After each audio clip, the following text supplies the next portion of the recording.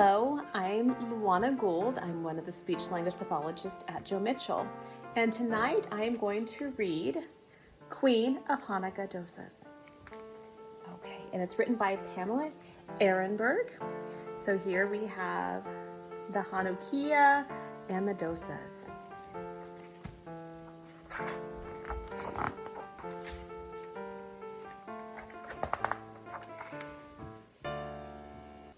It wasn't that I didn't want my little sister Sadie to help us make dosas for Hanukkah. The problem was she climbed too much. I explained this to my mom on Thursday. I explained this to my dad on Friday. I explained this to my ama on Saturday. By Sunday, Hanukkah was almost here. When my family picked me up from Hebrew school, my mom smiled the whole way to Little India Market. I'm pretty sure if I've never seen anyone from Hebrew school at the Indian market. And I'm almost positive I've never seen anyone from the market dropping off kids at Hebrew school.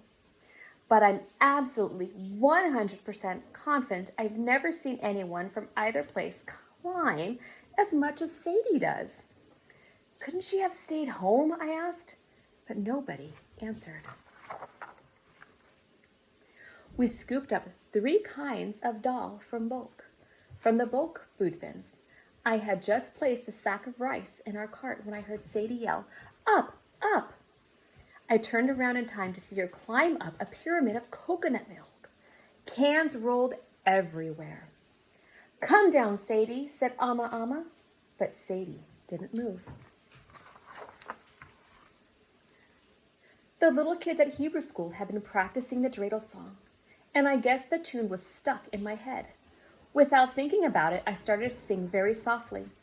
I had a little dosa, I made it out of dal. A big grin spread across Sadie's face, and amazingly, she climbed down. At home, the dal and the rice had to soak for a long time. Sadie insisted on wearing her dreidel costume while we wrapped Hanukkah gifts and strung paper dreidels in the window. Making Indian food that my mom ate as a kid for a Jewish holiday that my dad grew up with, that was a lucky combination. But what felt even luckier was that the house was still standing after a whole afternoon with Sadie. When the rice and dal were ready, we pulverized them in the grinder.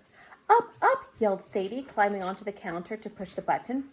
"Come down, Sadie," said Mom. But Sadie stayed where she was. Was there a chance the song could work again? Just in case, I started to sing very softly. I had a little dosa, I made it out of dal. Sure enough, Sadie grinned and climbed down.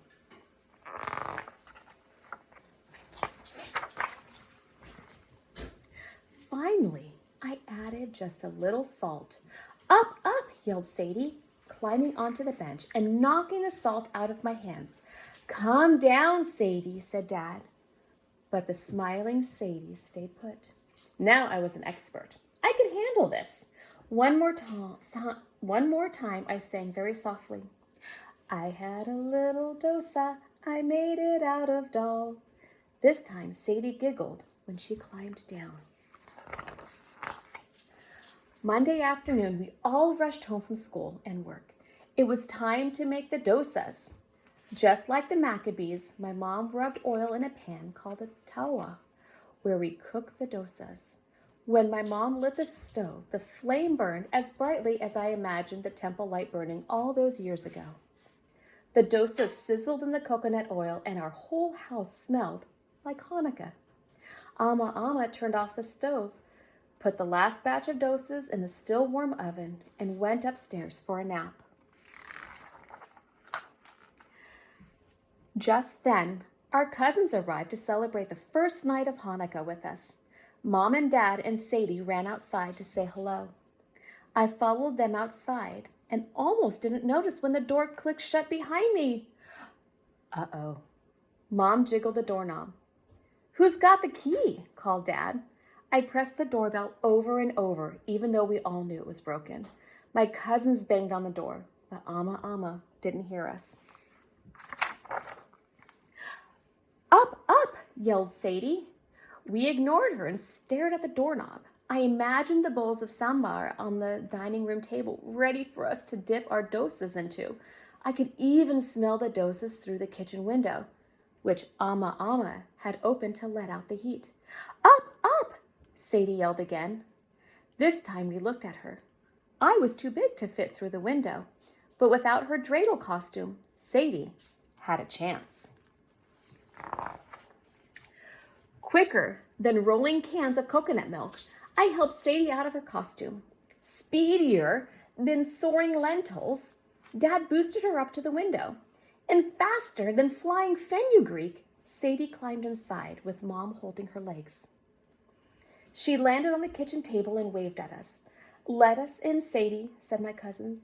Or at least wake up your grandma, said my aunt. But Sadie stayed where she was. Would my trick work with an audience this big? I was ready to try. I started the song. I had a little dosa, I made it out of doll. But this time, Sadie didn't climb down. Instead, she grinned and clapped her hands and kept looking at me, waiting for more. Mom,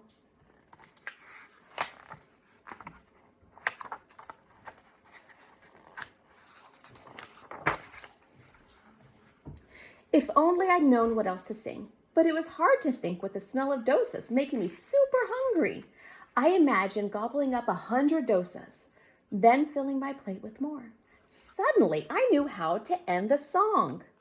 I sang, it tasted very yummy, I had to eat it all. Sadie burst out laughing. Then she climbed down and opened the door for us. Everyone rushed inside. Mom went upstairs to wake Amma. My aunt took the dosas out of the oven while my cousins and I put candles in the Hanukkah menorah. Up, up, yelled Sadie. Dad lifted Sadie, queen of the Hanukkah Dosas, onto his shoulders as Mom and Amma came downstairs. It was a good thing she's such a great climber, I said. I always knew her climbing would come in handy. Mom's eyes shone as brightly as the candles. Dad said, I wonder if Judah Maccabee's big brother was surprised when he turned out to be useful. I grinned as I piled dosas on my plate, filled a cup with mango lassi, and ran to join my cousins. The end. I hope you enjoyed the book.